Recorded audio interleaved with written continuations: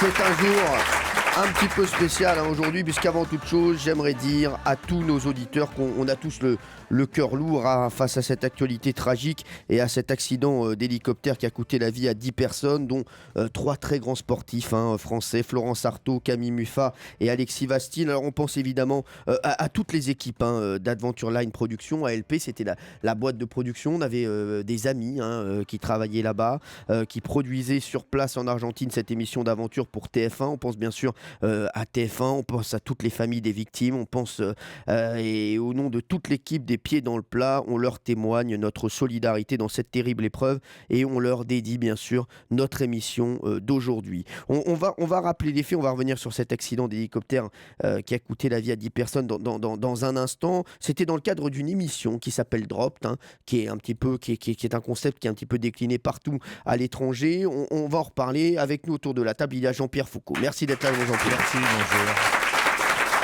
Il y a Gilles Verdez. Merci, bonjour. Gilles. Jean-Luc Lemoyne. Bonjour. Pierre Bellemare. Bonjour. Valérie Denaïm. Bonjour. Et mon ami Jérôme Commandeur. Bonjour.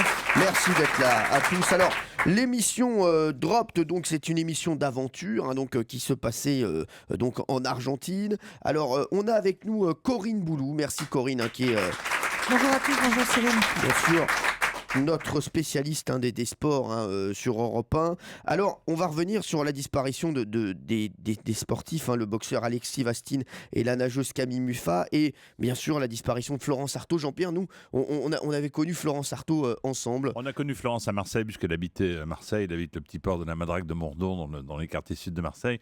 Nous étions ensemble à une soirée caritative, et moi j'avais acheté aux enchères le maillot de Wilkinson, qui jouait à Toulon à l'époque. Et elle en rêvait, donc je lui ai offert. Mais moi, je garde un souvenir assez particulier parce que je l'ai connue chanteuse, avec Pierre Bachelet. Avec Flo, on avait fait l'émission au Maroc. Et puis, un jour, dans la rade de Marseille, c'était, je crois, un Tunis-Marseille à la voile. D'habitude, c'est dans l'autre sens, mais là, c'était Tunis-Marseille à la voile. Et à quelques milles de Marseille, pas un pet de vent, comme l'on dit, un pétole, voilà. Tempête de beau temps, et donc elle était là, Florence, elle est en train d'essayer d'affiner la voile pour récupérer le peu de vent pour enfin arriver au Vieux-Port et être la première de l'épreuve. Et moi j'avais décidé d'aller lui dire bonjour, et c'est là où elle m'a fait le plus beau compliment de ma vie. Je m'approche délicatement du bateau, alors que là elle était en train de régler millimètre par millimètre ses voiles. J'ai dit « Salut Florence !» Et elle m'a dit « Ta gueule, connard !» C'était Florence. C'est ce qui vous arrive souvent quand vous saluez quelqu'un, même dans la rue.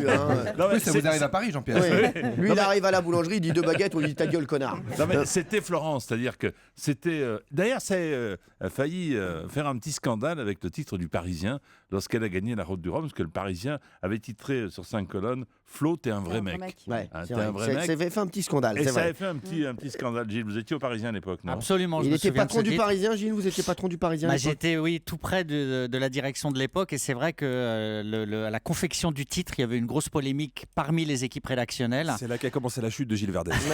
Mais je suis sûr que vous n'étiez pas pour. Gilles. Totalement hostile. Ah oui, et c'était passé, et c'est vrai qu'après, légitimement, il y a eu beaucoup d'émotions sur ce titre. Alors, pardonnez-moi. Oui, Jean-Pierre, allez-y, Un y a petit pas de truc problème. encore sur Florence, je le dis avec beaucoup d'émotion parce que c'était une fille formidable, une des plus grandes navigatrices du monde. Vous savez ce qu'elle m'a demandé à Marseille? Elle m'a dit: t'as pas une combine que je passe le permis bateau? Elle n'avait pas. Non. Elle n'avait pas. C'est fou, ça. Les voileux, Non, mais non. c'est pas Non, pas obligatoire, besoin. ça dépend. C'est pas obligatoire. Oui, il n'a pas besoin. Voilà, Ça dépend de la puissance du moteur. Exactement. Bien sûr. C'est incroyable. Et elle ça, a alors. voulu passer son permis bateau à Marseille. Bon, je ne sais Alors, pas si elle l'a fait. Corinne, on va parler également d'Alexis Vastine et de Camille Muffat. Alors, vous qui suivez notamment la natation pour Europe 1, vous connaissiez bien Camille Muffat. Bah, c'est Donc, vrai elle est que triple médaillée olympique à Londres en 2012. Ouais, on l'a connue très jeune en Oui, équipe de elle est France. très jeune. Dès 15 ans, oui, elle a 25 25 ans, Camille. J'ai du mal à en parler au passé, d'ailleurs. C'est terrible parce que on se dit qu'elle avait toute la vie devant elle depuis son arrêt de carrière qui nous avait tous un peu surpris, d'ailleurs, en juillet dernier, lorsqu'elle avait dit stop, c'est fini, je me retire, j'arrête la natation. C'est un sport qui demande beaucoup d'entraînement. Là, en ce moment, les nageurs sont dans les bassins pour s'entraîner, pour se préparer aux prochains championnats de France qui seront qualificatifs pour les mondiaux. Et Camille, elle en a eu assez. Mais c'est vrai que parce que dès 15 ans, elle s'était offert déjà un coup d'éclat en battant Laure Manodou, qui 1 an avant avait été championne du monde et 2 ans avant championne olympique. Et elle a grandi dans l'ombre de Laure et elle est devenue elle a pris la succession de l'or en équipe de France et elle est devenue une des grandes nageuses au monde, en gagnant le 400 nage libre à Londres, que Laure avait gagné aussi à Athènes. Là, elle arrive à son plus haut. Et Elle avait décidé de prendre sa retraite à 25 ans. Pourquoi elle avait pris cette décision si jeune? Parce qu'elle en avait assez. Bon, il y a eu une petite brouille avec son entraîneur. Yannick Agnel, qui était son copain d'entraînement. Ils étaient comme des frères et sœurs tous les deux. Et Yannick avait décidé de quitter Nice pour partir aux États-Unis.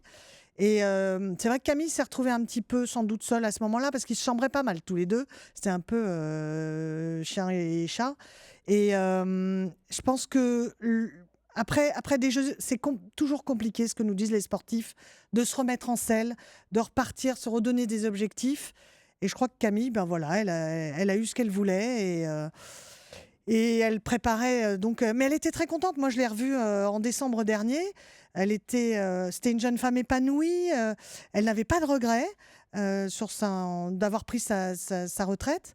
Et elle avait plein de projets, dont je suppose celui-là, elle m'en avait pas parlé. Exactement. Alors, un petit mot sur le boxeur aussi, Alexis Vastine. Lui aussi, il avait beaucoup fait parler de lui au JO de Londres. Il n'avait pas de chance avec les arbitres. Hein. Ouais, il a été floué plusieurs fois. Deux fois, il a été floué. Exactement. On l'a vu, c'est une image qui avait frappé tout le monde à ce moment-là, sans mauvais jeu de mots bien évidemment, mais il était en larmes. Ouais. Il tombe en larmes sur le ring. Et là, il dit je ne veux plus entendre parler de la boxe. C'est ça. Et puis il tombe en dépression, mais en grosse dépression, Alexis. Hein. Et ensuite, il a un autre malheur avec la perte de sa petite sœur en janvier. Mais finalement, il était reparti. Là aussi, je le vois en décembre aux Étoiles du Sport. Il repart et il partait pour se qualifier pour Rio, hein, pour les Jeux de Rio en 2016. Et donc, là aussi, fauché en plein retour. Merci Corinne Boulou, merci d'avoir été avec nous. Merci Corinne.